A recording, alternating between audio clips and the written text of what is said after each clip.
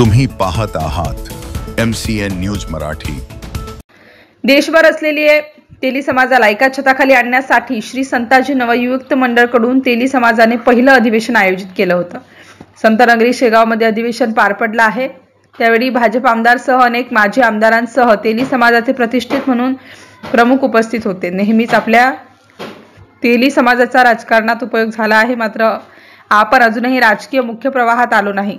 त्यामुळे आता तेली समाजाने एकत्र येऊन आपण कशा प्रकारे राजकीय दृष्ट्या सक्षम होऊ यासाठी प्रयत्न करत आगामी निवडणुकीमध्ये सहभाग नोंदवीत राज्यकर्ते व्हा असं आवाहन भाजप आमदार कृष्णा खोपडे यांनी केलेले आहे।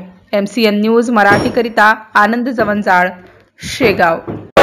गजानन महाराजांच्या नगरीमध्ये शेगावमध्ये संताजी नवयुवक मंडळाचे अध्यक्ष सुभाष घाटे आणि त्यांच्या सगळ्या चंबूने मिळून तेली समाजाचं महाराष्ट्रातलं प्रथम अधिवेशन या ठिकाणी घेतलं आहे। महाराष्ट्रामध्ये समाजाची संख्या फार मोठ्या प्रमाणात आहे आणि प्रत्येक समाज आज कुठेतरी राजकीय स्थान समाजाला कुठेतरी मिळावं आणि त्या माध्यमातून अनेक प्रश्न या ठिकाणी सुटावे आणि त्या दृष्टिकोनातून प्रयत्न सगळे समाज या ठिकाणी करत राहतात। परंतु आमचा हा तेली समाज महाराष्ट्रामध्ये 3 कोटीच्या आसपास आमचा तेली समाज आहे आणि या तेली समाजाच्या माध्यमातून अनेक राजकीय लोक याचा लाभ घेतात।